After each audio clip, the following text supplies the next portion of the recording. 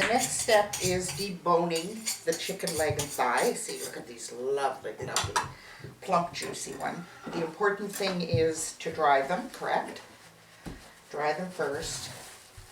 I learned that a long time ago. You never like fry wet meat or anything. You always make sure that it's dry. Okay. I have never deboned a leg and thigh, so this is going to be a first time I'm now learning.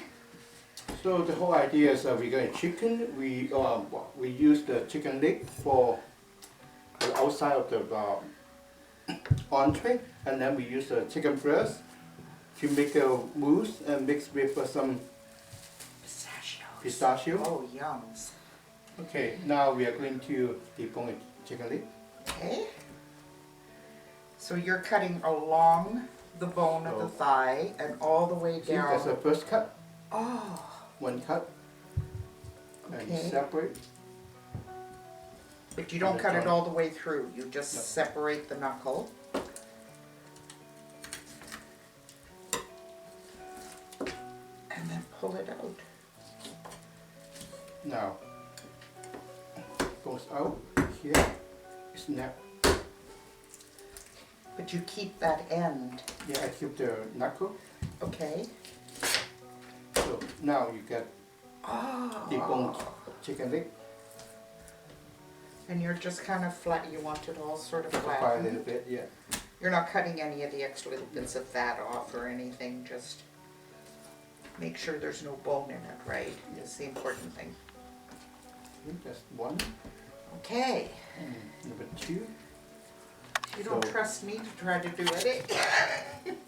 We Yeah, only have 2 legs. If I screw up, we're screwed.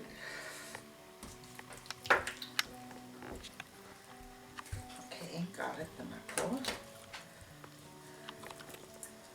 So obviously you need a sharp knife for this, right? And then that bone chop.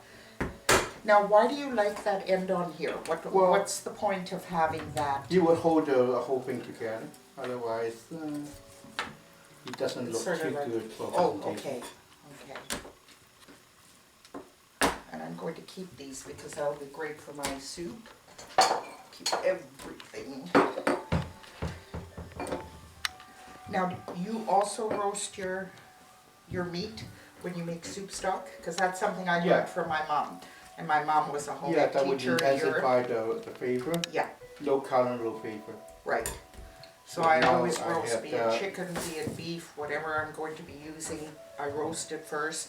So I'll keep any kind of bones in the freezer and then roast them when I'm going to be making some stock, so.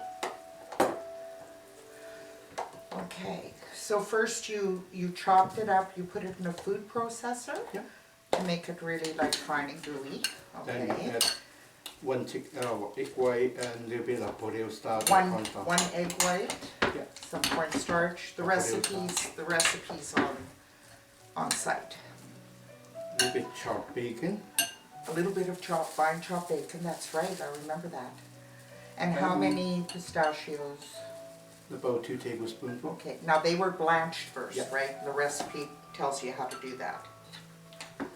Oh, scratched my hair, gotta wash my hands, it's kitchen hygiene.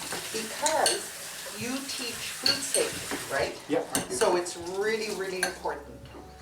Yeah, and we have to make sure all those things need to be sanitized before we prepare our food, especially something you're not going to cook again. Right, right. So now, traditionally, we would have to stuff the chicken leg, and then we have to tie them with a butcher's twine. But today we are going to do something slightly different, save you quite a bit of work. So now I have the chicken breast stuffing. Okay. So you're putting in the equivalent, what that looks like about, is it going to be a cup in each one roughly? 3/4 of a cup? Well, would How's be my equivalent visual? to one chicken breast. Okay, yeah. So it'd be the equivalent of one small chicken breast. It wouldn't be one of those great big honker ones. Deboned and no skin on, of course. So So now we just have to roll them up, and we need some parchment paper. Okay. Got that. Can you get me some parchment paper from there? Sorry. Oh. How big a piece do you need? No, over there.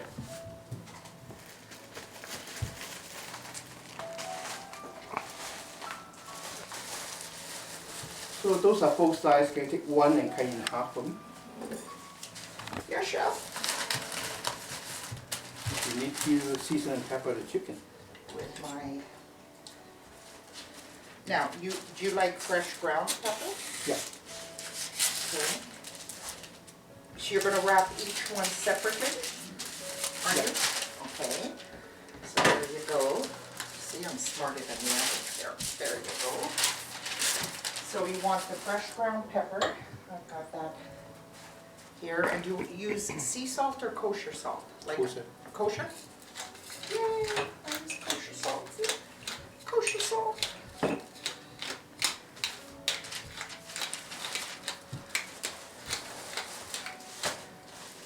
So we turn on the oven. Okay, that's already on. Yeah. So what temperature are you? I thought it was 350. Yeah. Okay. You're just putting it on higher to heat it? Yeah. Okay. Yeah, it takes about 10-15 minutes to Okay. warm up. So we need one small piece of parchment here. Okay.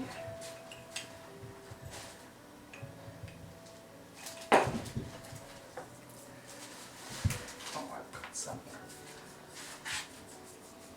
I'm dithering around like I don't know what I'm doing.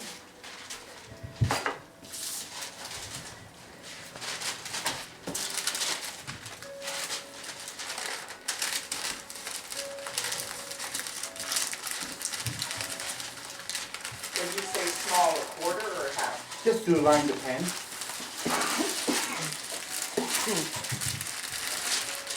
Likewise. Okay. Ah. And you tuck it underneath, okay. For the shape, Yeah. it would remain So the it's same. almost like making a sausage in a sense. Okay. And then you just fold the ends down. Perfect. So now it's oven ready. Okay. Okay, now 10 minutes off too. See, you slide right out. Lovely. And now we're going to put it back in the oven for what, another 10 minutes? Yeah, to get a nice brown. Okay. Not bad. Ooh, lovely. Lovely, lovely, lovely.